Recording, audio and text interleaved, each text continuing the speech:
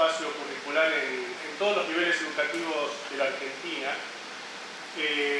Aprovechando que a principios de año hice un informe para UNESCO vinculado justamente a este tema, la formación ciudadana en la formación inicial de los docentes, para lo cual tuve que mirar un poco el panorama y hacer algunas entrevistas a profesores de formación ciudadana en la Argentina y también algún focus con recientemente egresados de los profesorados de allí de la Argentina en nivel primario y nivel secundario. O sea que traigo un poco de esta información. Lo primero que les quiero comentar es que el sistema en la Argentina es federal y que además en lo que atañe a la formación ciudadana es un sistema, no a la formación ciudadana, a la formación docente, es un sistema sumamente heterogéneo, fragmentado, diverso, no solo por lo que sería el sistema federal, sino porque existen en la Argentina institutos de formación docente en todo el país, conformando más de 1000 institutos de formación docente en todo el país. Les aclaro que la formación docente en la Argentina en su mayoría es de nivel terciario no universitario, que hay alguna oferta universitaria, cada vez más hay carreras docentes dentro de las universidades, pero esto es una novedad. En general los que quieren ser profesores o maestros van a los institutos de formación docente y estos institutos tienen nivel terciario, pero no son universitarios. En cualquier caso, si quieren, después aclaramos qué significa esta diferencia. Pero es cierto que en la Argentina hay una larga trayectoria en lo que llamaríamos el espacio de formación ética y ciudadana. Yo lo que les quería comentar, a ver si sé usar esto, que en la Argentina hay 3 niveles de definición curricular, justamente por lo que llamamos el federalismo. Un nivel que es el que define la nación, pero cuando decimos que lo define la nación no es que lo defina un grupo de especialistas dentro del Ministerio de la Nación, sino que en todo caso deben coordinar unos acuerdos que son acuerdos federales con representantes de todas las provincias y con la aprobación del llamado Consejo Federal de los Ministros de cada provincia. En el caso de la Argentina, tuvimos en algún momento una definición curricular que fueron los contenidos básicos comunes, luego se pasó a los núcleos de aprendizaje prioritario y finalmente tenemos los lineamientos nacionales elaborados por el Instituto de Formación Docente. Esto es lo que ha elaborado Nación y ahora les voy a pasar a comentar. En esta primera definición curricular luego tiene que ser bajada a diseños curriculares que elaboran cada provincia. Cada provincia debe elaborar su diseño curricular teniendo en cuenta el marco normativo y el marco curricular que viene de Nación. O sea, no pueden irse de ese marco, aunque por supuesto tienen libertad para armar el diseño. Ese diseño curricular vuelve a Nación para que sea cotejado con los contenidos básicos o con los núcleos de aprendizaje prioritarios. Y finalmente, cada institución educativa, en este caso que nos toca, cada profesorado, cada instituto de formación docente, arma su plan de estudio según el diseño curricular provincial y, por supuesto, las definiciones nacionales. ¿Qué son los contenidos básicos comunes? En la década del 90, allá por el 95-96, se elaboraron contenidos básicos comunes para toda la nación argentina. La intención era poder unificar un poco el panorama curricular de todo el país en todos los niveles educativos, marcando un poco la cancha con unos contenidos básicos que todas las provincias debían tener en cuenta. El proceso de elaboración de estos contenidos básicos fue un proceso complejo, con muchas consultas a muchos actores de la sociedad, especialmente a las universidades. Es decir, que los contenidos básicos comunes surgieron de algún modo de acuerdo con, podríamos llamar así, los expertos en cada materia, en cada área curricular. Lo que yo comentaba en una reunión que tuvimos el viernes, de básicos tuvieron nada y de comunes menos. Es decir, fueron muy poco básicos, eran unos libros así, con áreas muy complejas, unas definiciones curriculares muy difíciles para maestros que incluso por primera vez se encontraban con esa prescripción y con esos mandatos de enseñar ciertas cosas que nunca habían enseñado. Y, por supuesto, al ser poco básicos, al ser tan complejos estos contenidos, tuvieron un poco de comunes porque fue muy difícil que esto pudiera trasladarse luego a una implementación real en las aulas.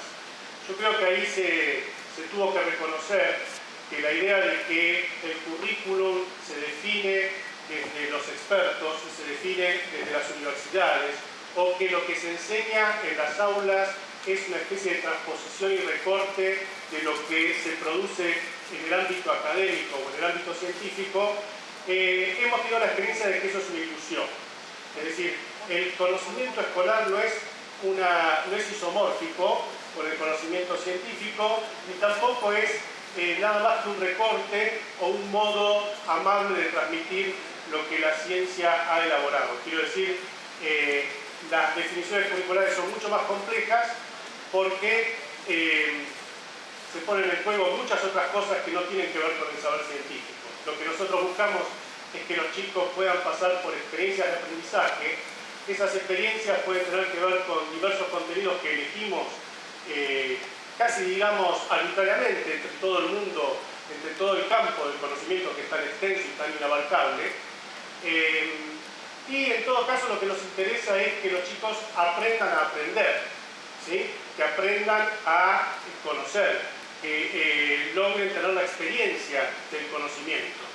Para eso diseñamos ciertos contenidos y ciertos modos de transmisión que son realmente saberes escolares, son un conocimiento de nuevo cuño, si quieren, sui generis, ¿sí? Pero que no necesariamente se relacionan uno a uno, digamos así, con conocimientos científicos. Lo que en la realidad sucede es que los maestros y las maestras tienen sus experiencias en las aulas, tienen sus conocimientos, tienen sus biografías, es decir, sus propias biografías escolares también marcan un poco cómo enseñan y qué es lo que enseñan, tienen sus herramientas pedagógicas para enseñar, y cuando les llega el mandato curricular, en este caso de Nación, hacen una especie de mix entre aquello que se les pide y aquellos que ellos creen, ellas creen que pueden y deben hacer en las aulas. Es decir, no es que nosotros construimos unos diseños curriculares y los sujetos docentes simplemente son implementadores de lo que se decide en oficinas de los ministerios, ¿sí? Sino que los sujetos docentes son sujetos capaces, con experiencias y con modos exitosos de trabajar en las aulas. Obviamente, un docente no va a dejar de hacer aquello que considera exitoso porque se le venga a decir que tiene que hacer otra cosa. Por eso digo, es mucho más complejo cuando definimos curricularmente qué es lo que debiera pasar en las aulas. Esa definición no puede ser solo algo que venga del mundo académico, sino que tiene que ya estar en diálogo con lo que se hace en las aulas, tiene que estar en diálogo con los docentes, con los profesores, con los maestros, ¿sí? Y además tiene que ir acompañado de una serie de medidas que logren efectivamente que mucho de lo que se diseña termine enseñándose. Para eso es necesario la formación docente que venga a tomar en cuenta lo que se define curricularmente, pero también es necesario el desarrollo profesional docente, es decir, la capacitación, aquello que hacemos los docentes cuando ya estamos en las aulas para seguir estudiando y seguir formándonos, y el desarrollo curricular, que sería todo aquel material que podemos adherir a los diseños curriculares para dar pistas sobre cómo nos parece que debiera darse tal o cual contenido, tal o cual saber. Como los contenidos básicos comunes fueron poco básicos y pocos comunes, en el año 2004 la Nación, o mejor dicho el Consejo Federal, decidió que había que armar otro tipo de formulación nacional para orientar la confección de nuevos diseños curriculares. Esa nueva elaboración se llamaron núcleos de aprendizaje prioritarios, los llamados NAP, y esos núcleos de aprendizaje prioritarios intentaron realmente con mayor buen tino ser más básicos y ser más comunes. En principio porque no se recurrió a las universidades, no se recurrió al mundo de la ciencia, sino que se armaron reuniones con referentes provinciales, cada uno de los cuales era un profesor, era un maestro, era alguien que había tenido cierto recorrido por el área curricular sobre el que se iba a armar esa propuesta, ¿sí? Entonces ya estábamos más cerca de la realidad escolar, es decir, no tan lejanos, sino más cerca de lo que se hace y de lo que se puede. Entonces fueron contenidos un poquito más básicos, aunque como vimos el viernes pasado en una reunión, son núcleos bastante complejos en su formulación, son párrafos que no dan una lista de temas, sino que dicen, por ejemplo, reconocer el diálogo como fundamental para la resolución de conflictos a través de situaciones cotidianas. Quiero decir, los párrafos, si bien marcan un saber, que sería en este caso el diálogo, también van marcando qué se quiere decir con ese saber y qué tipo de modos de abordaje podría tener la enseñanza de ese saber. Lo que yo creo es que los núcleos de aprendizaje prioritario lo que han logrado es mostrar que no se trata, fundamentalmente de formación ciudadana, que es el tema en el que yo participé y coordiné las mesas de discusión para armar estos núcleos, no se trata de una lista de temas, como puede ser democracia, participación, diálogo, reconocimiento del otro, sino que se trata también de un modo de abordaje afín con aquello que se quiere enseñar. Difícilmente se puede enseñar participación si el modo de enseñanza no es participativo, si los chicos no tienen instancias para participar, aunque sea en esos momentos áulicos donde estamos planteando la relevancia que tiene la participación. Entonces, yo creo que lo que hace el núcleo de aprendizaje es mostrar también eso, ¿no? Que si estamos diciendo que hay que enseñar la participación, estamos diciendo también que hay que participar, es decir, que hay que pasar por experiencias positivas y edificantes de participación para que los chicos no solo sepan qué significa la palabra o qué significa el término y cuándo se aplica, sino que vivencien lo que es la participación en sí misma. Entonces, creo que los núcleos de aprendizaje fueron más cercanos a la escuela. ¿Y por qué los traigo acá? Porque si bien son definiciones para el nivel primario, para el nivel secundario, también son orientaciones para los diseños curriculares de la formación docente. Obviamente porque la formación docente tendría que tener en cuenta estos núcleos para trabajarlos durante la formación del docente, para que el docente sepa qué es lo que se le va a pedir cuando comience a trabajar en las aulas. Y los lineamientos nacionales elaborados por el Instituto de Formación Docente, el Instituto de Formación Docente surge en 2007, otra vez con estos objetivos de tratar de homogeneizar un poco la realidad de la formación docente en la Argentina. Hemos dicho que ha habido entonces contenidos comunes y demás, pero el Instituto de Formación Docente además marca unos lineamientos nacionales sobre cargas horarias, sobre cómo debería estar armada la estructura de la carrera docente en todas las provincias, y además ofrece una serie de propuestas, muchas propuestas de formación docente cuando ya los docentes ya están recibidos, postítulos, carreras virtuales, cursos, todo para ayudar al fortalecimiento de la práctica docente. En el caso de los lineamientos nacionales elaborados por el INFOC, para el caso de formación ciudadana, yo quería comentar que lo que más ha ofrecido el Instituto de Formación Docente está relacionado con derechos humanos y con memoria. Hay un postítulo que se llama efectivamente Derechos Humanos y Memoria. Y esto tiene que ver también con una realidad de la Argentina que desde hace ya muchos años trabaja mucho el tema de la memoria y de la historia reciente y plantea casi una especie de relación intrínseca entre la temática de los derechos humanos y lo que sería la violación de los derechos humanos en tiempos de dictadura o de terrorismo de Estado. Entonces, ahí hay toda una larga tradición, ya podríamos decir, de varios años, donde el tratamiento de los derechos humanos vino siempre muy relacionado con el problema de la violencia política de los años 60 y 70 y la represión de la última dictadura. Recién ahora, yo participé, por ejemplo, coordinando unos talleres de derechos humanos para agentes públicos, organizaciones de la sociedad civil y comunidad en general, en 4 provincias de la Argentina, en San Luis, Mendoza, Salta y Tucumán. Y este formato de taller de derechos humanos para personas muy diversas, no estoy hablando solo de docentes, tenía la intencionalidad de mostrar que los derechos humanos no estaban ligados solamente a la problemática de las violaciones de los derechos humanos en los tiempos recientes, sino que lo que planteábamos era toda una temática y un abordaje de lo que serían los derechos económicos, sociales y culturales.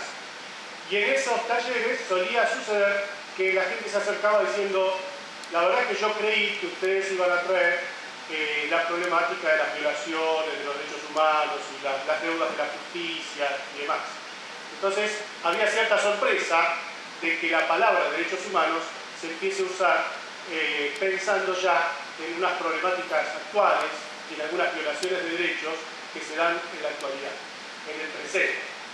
Pero eso es una cuestión que está sucediendo ahora. Cuando uno mira los libros de texto, cuando uno mira las propuestas educativas, se da cuenta de que el campo se va abriendo y el lugar que se le va dando a la cuestión de las violaciones en los años 70 tiene menos pregnancia o menos énfasis.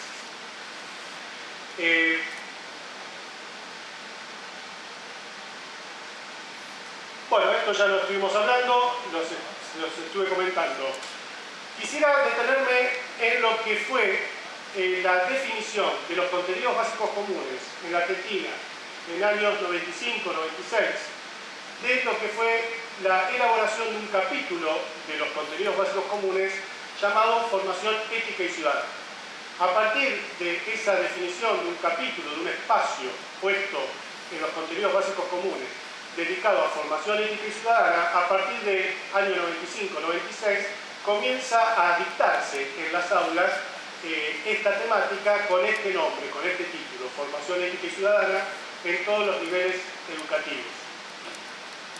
Quien fundó el área de Formación Ética y Ciudadana es un filósofo muy reconocido por nosotros, un referente para nosotros de todo lo que es la formación ciudadana, que es el argentino Carlos Puye, un filósofo muy interesante para leer, para pensar la problemática de la formación ciudadana en la región. A mí me parece que fue un hallazgo el título Formación Ética y Ciudadana, es decir, el título que asocia la ética con la ciudadanía y que además introduce la cuestión ética en la enseñanza. Es decir, en la enseñanza, no solo en el nivel secundario, que antes estaría como una rama de la filosofía, en un espacio de filosofía, sino la ética como algo que deba pensarse y deba transmitirse desde los primeros años de la escolaridad. Lo cual también implica un mandato hacia la formación docente. ¿Cómo hacemos para trabajar sobre cuestiones éticas con niños que recién empiezan la escolaridad, con chicos de primaria, con chicos de secundaria?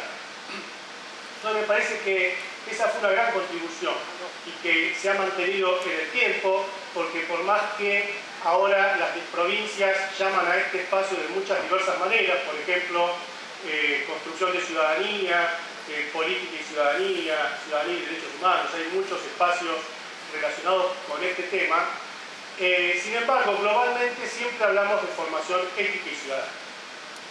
Cuando hablamos de formación ética, cuando nosotros empezamos a diseñar propuestas para el aula, empezamos a trabajar en desarrollo curricular para tratar de hacer llegar los contenidos básicos a las aulas, lo primero que marcamos es que la diferencia que se da en filosofía entre ética y moral es una diferencia sumamente interesante para plantear también la diferencia entre la formación ética y la educación moral. Me parece a mí que al hablar de formación ética estamos hablando de algo diferente de lo que se venía haciendo en las escuelas, que tenía más relación con una intencionalidad moralizante, es decir, no tanto formación ética, sino moral, en el sentido de la transmisión, y yo diría mejor, la inculcación de una determinada moral, la inculcación de una determinada tradición cultural que establece que ciertos valores deben ser prioritarios, pero sin atender a la cuestión ética, en el sentido de poder dar lugar al razonamiento, al pensamiento, a la reflexión sobre la moral, a la reflexión sobre las normas, a la reflexión sobre los valores, para que los sujetos, estudiantes, puedan ir armando sus propias matrices de valores y puedan ir construyendo criterios para la acción, para la propia acción, ya sea individual o para la acción colectiva, mostrando siempre la relación entre esa decisión de determinado curso de acción a partir de ciertos criterios que los sujetos humanos vamos conformando y la responsabilidad que conlleva toda acción y toda decisión. Entonces me parece a mí que la formación ética nos permitió entrar por ese lado, entrar por el lado de los dilemas, entrar por el lado de los conflictos valorativos, por las controversias valorativas que se pueden llegar a dar en las aulas, en los grupos, pero también en la sociedad. Es decir, la idea de traer la controversia al aula y poder discutir sobre ella.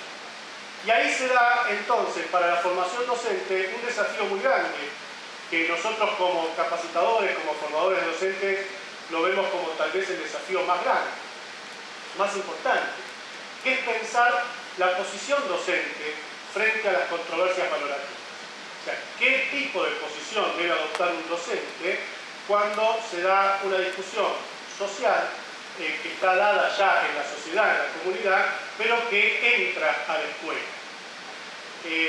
Por eso en nuestras propuestas hemos trabajado siempre los conceptos de un español llamado Jaume Trilla, quien marcó la necesidad de distinguir entre neutralidad y beligerancia, en el sentido de la posición neutral del docente frente a las controversias que se puedan dar y la posición beligerante. La diferencia sería entre tomar posición o no tomar posición. Beligerante sería no solamente tomar posición por parte de un docente, sino la intencionalidad de un docente de querer que los chicos terminen pensando como piensa el docente.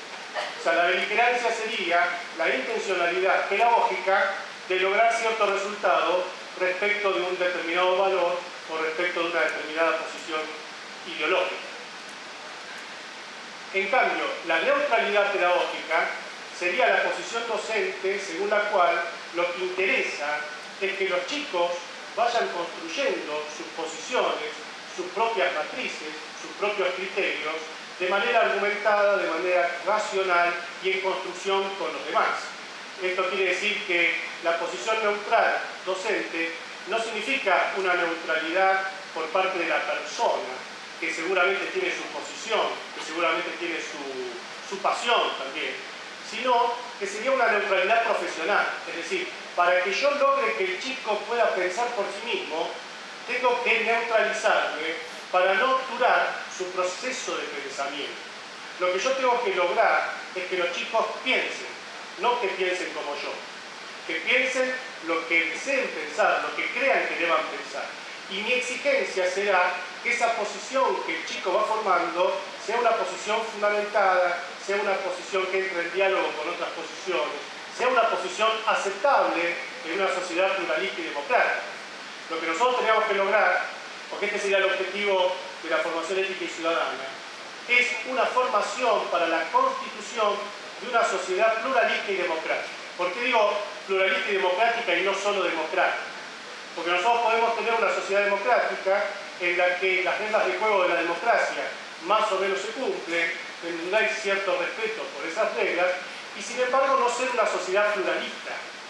Nosotros sabemos que toda sociedad es plural, en el sentido de que en toda sociedad hay sujetos que piensan diferente, hay grupos, hay costumbres, hay tradiciones distintas, pero eso no significa todavía que una sociedad sea pluralista. Para que sea pluralista, tiene que entender la pluralidad como un valor, tiene que entender la pluralidad como una riqueza, como algo que deseo que suceda, no como un obstáculo, ni tampoco como algo que debiéramos abolir, reprimir o restringir o limitar. Entonces, cuando uno trabaja con los docentes sobre este tema de las neutralidades o las beligerancias, se dan muchas discusiones muy interesantes, porque es cierto que en algunos campos uno siente que tiene razón, que debe transmitir cierto saber. Y ahí es donde nos parece que se juega también la formación ciudadana, que sería el hecho de que hay ciertos valores propios de una sociedad pluralista y democrática que deben ser transmitidos de manera beligerante, en el sentido de que tanto la escuela como los docentes tenemos que tener como objetivos pedagógicos que los chicos valoren positivamente la tolerancia, el respeto por el otro, el reconocimiento de las reglas de juego de la democracia, el diálogo, la participación. Es decir, no es que seamos neutrales en todo, sino que nosotros tenemos que lograr que en nuestro proyecto educativo, que puede llevar toda la escolaridad de los chicos se puedan apropiar de ciertos valores que son justamente propios de una sociedad pluralista y democrática. ¿Pero para qué? Para que exista la pluralidad, para que exista la diferencia, para que podamos hacer valer nuestra posición, nuestro modo de pensar, nuestro modo de sentir, nuestra sexualidad. Entonces digo, ahí es donde podemos encontrar la riqueza de lo que ha sido dado de llamar formación ética y ciudadana. ¿Qué es lo que pasa en los institutos de formación ética, mejor dicho, de formación docente, perdón?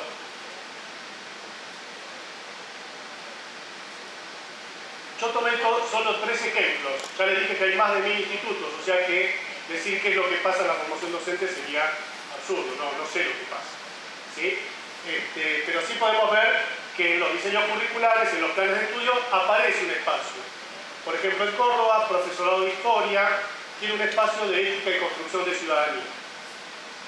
En profesorado de nivel primario de la ciudad de Buenos Aires hay un espacio que se llama ética, derechos humanos y construcción de ciudadanía. Y la Universidad de la Patagonia, por ejemplo, la UMPA, tiene un espacio que se llama formación ética y ciudadana. En todos los casos, este espacio no tiene más que 4 horas semanales en un solo año de toda la carrera docente. Con lo cual quiero decir, el espacio está, es interesante, es un logro, pero es muy poco ese espacio, es muy poco lo que se termina pudiendo hacer en 4 horas semanales o 6 horas para un solo año de la formación docente. Y además, luego cuando los docentes ya se están por recibir y tienen que hacer las prácticas, tienen que ir a las aulas y ser observados, no se les exige nada que tenga que ver con este área curricular. Es decir, es para dar clases de lengua, para dar clases de matemática, ciencias sociales o ciencias naturales. Con lo cual quiero decir, no hay una exigencia por parte de las instituciones del profesorado de que esto sea algo que haya que enseñar y que haya que mirar cómo se enseña en una práctica antes de llegar a ser docentes.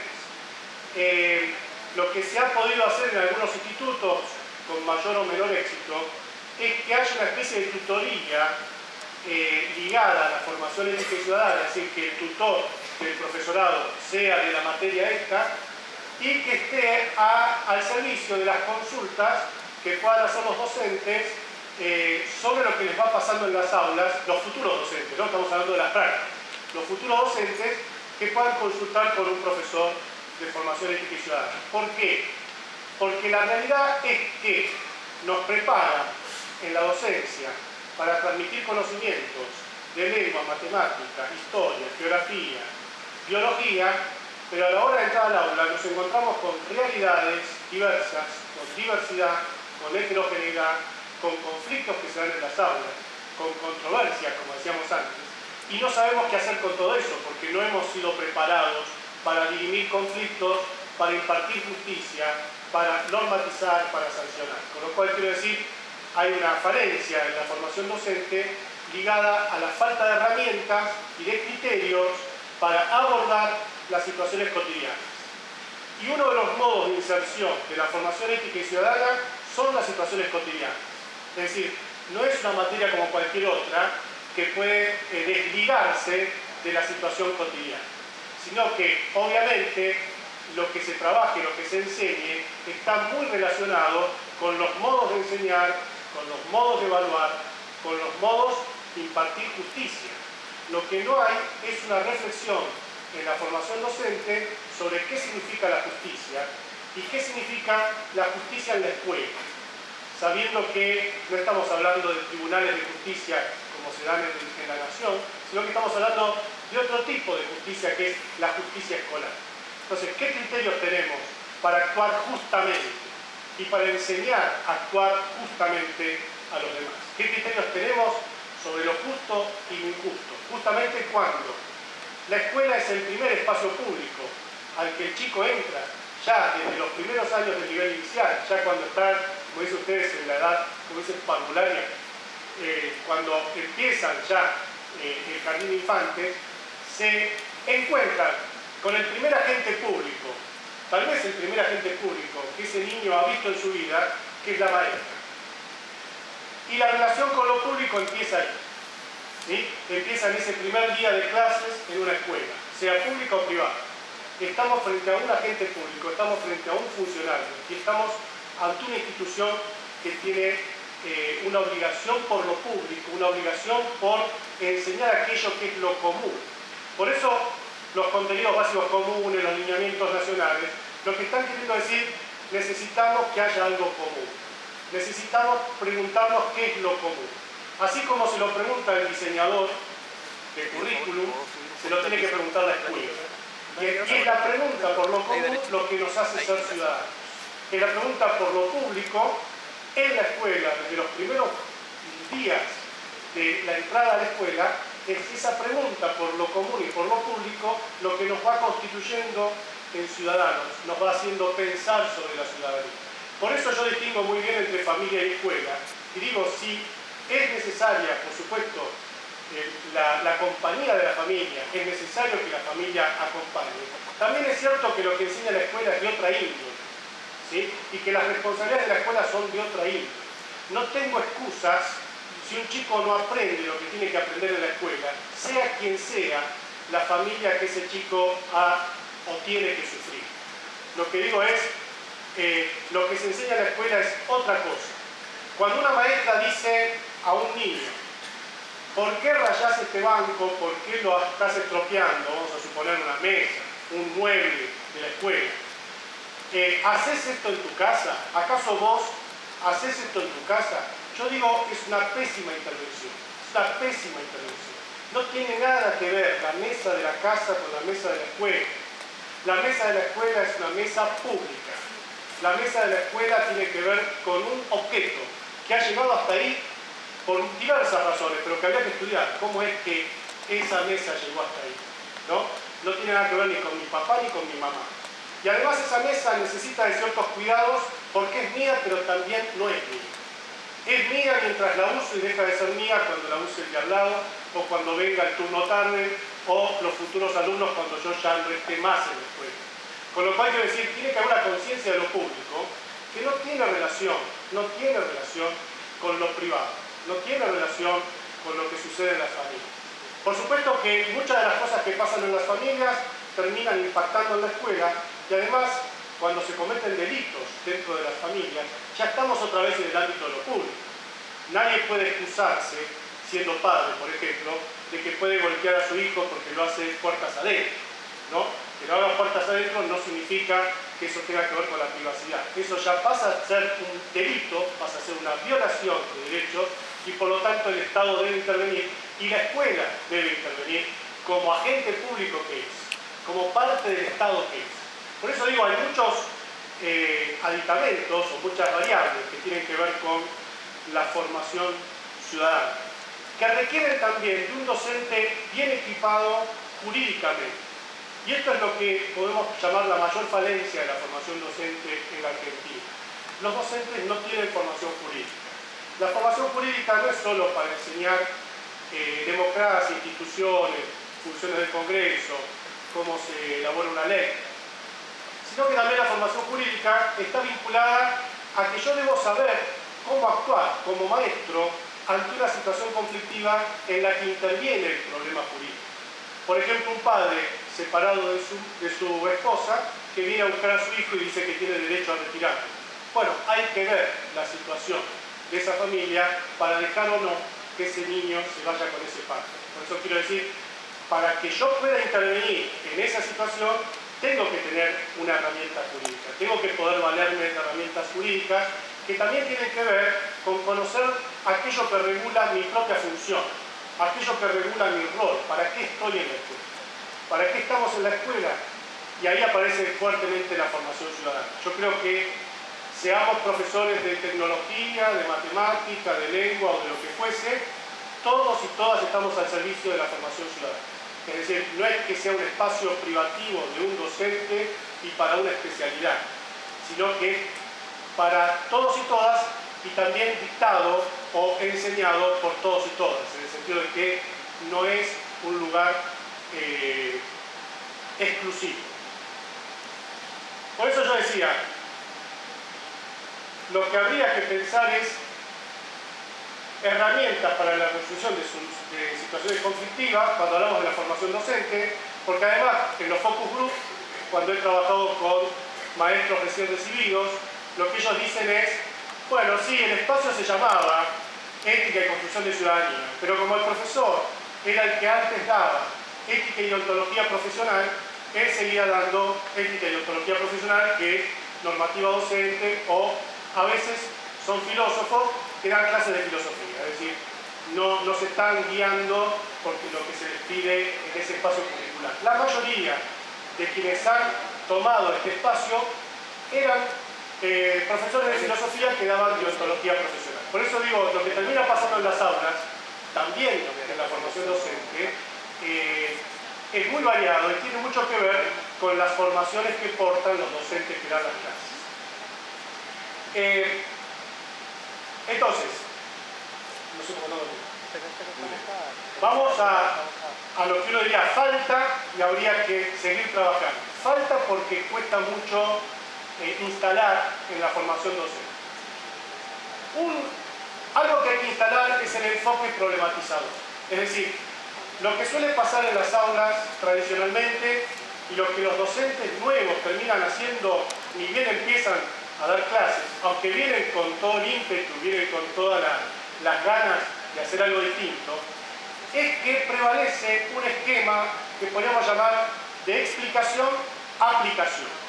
Es decir, los docentes en general, primero explican, y esto quiere decir que pueden dar un texto, pueden hacerlo de diversas maneras, pero lo que están queriendo decir es que el primer paso es que los chicos aprendan determinados contenidos.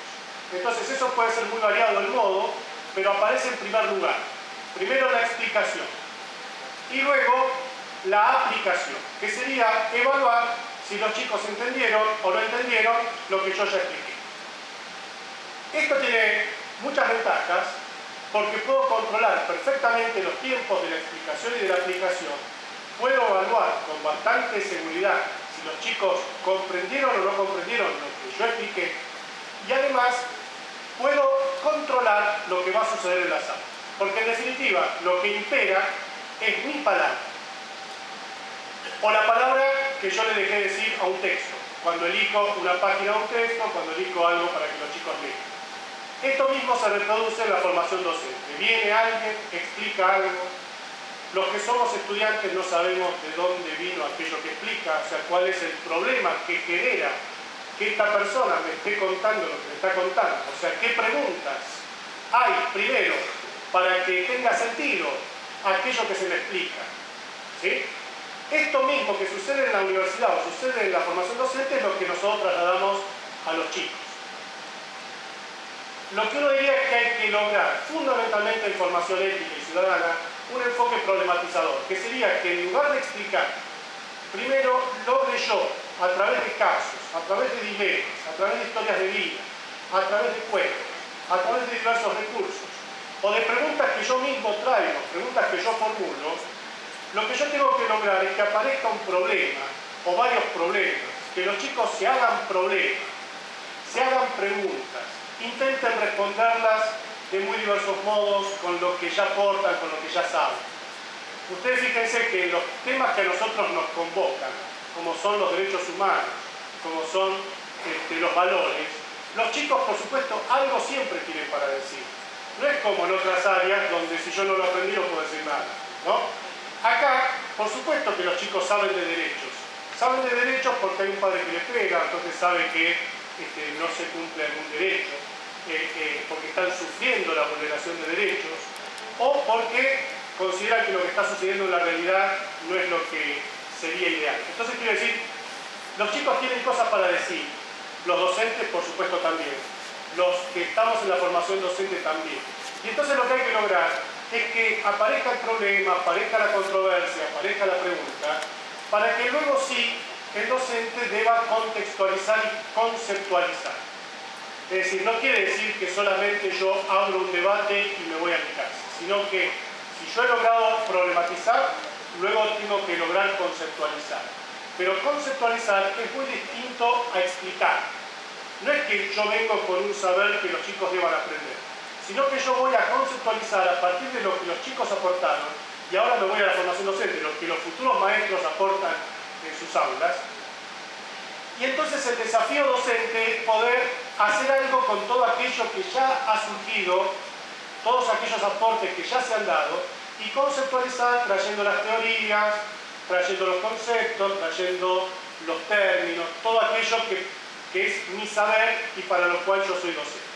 Con lo cual quiero decir, ni la explicación sola que luego busca aplicar, ni tampoco solo la problematización para que todo quede abierto y no se concluya en nada. Tiene que haber un docente que conceptualice, que teorice, que enriquezca lo que los alumnos han aportado. Pero ese momento del docente es mucho más desafiante, mucho más difícil que el momento que se da al principio cuando uno solo quiere explicar. No sé si se entiende la diferencia. Lo que yo quiero decir es que si nosotros queremos formar ciudadanos críticos, como siempre se dice, reflexivos, participativos, tenemos que dar lugar a instancias donde participen, donde reflexionen, donde critiquen, donde el pensamiento crítico se ponga en acción, ¿sí? Y la mejor manera es tratando de que se hagan preguntas, y entonces cuando el docente conceptualiza, lo que va a decir tiene sentido, tiene significatividad para los alumnos.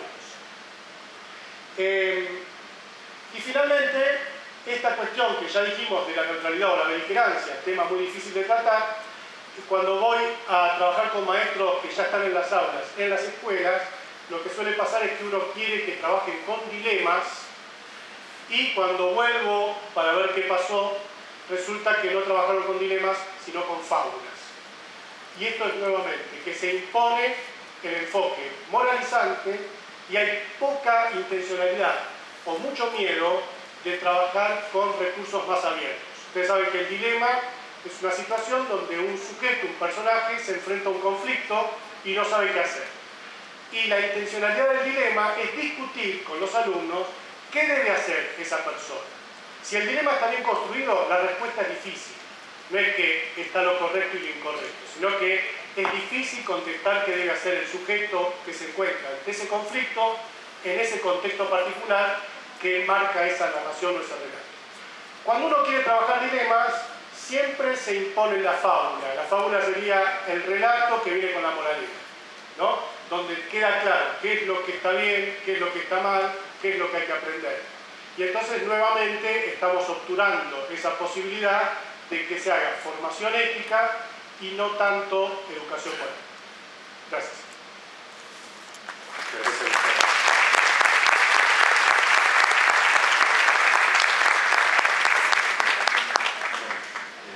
Todo ha sido exacto en su tiempo. Así que tenemos 20 minutos para conversación con él. Tenemos un par de micrófonos por ahí, no muchos micrófonos, un par de micrófonos. Y ya hay algunas manos que se están levantando. Así que le pediría, por favor, a las personas que quieran hacer una pregunta, que levanten la mano, como acá, por allá y por allá.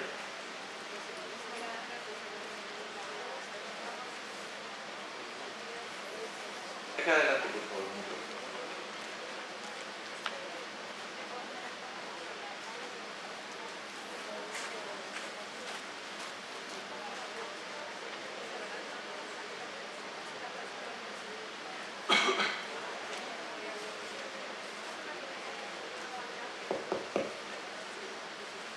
Buenos días, profesor. Muchas gracias por su exposición. Algunas inquietudes, soy director de carrera de la Facultad de Historia y Geografía. En Chile la formación ciudadana normalmente cae en manos de los profesores de historia y de los profesores de geografía básica. La inquietud que planteó, una de las inquietudes que me encuentro muy interesante, tiene que ver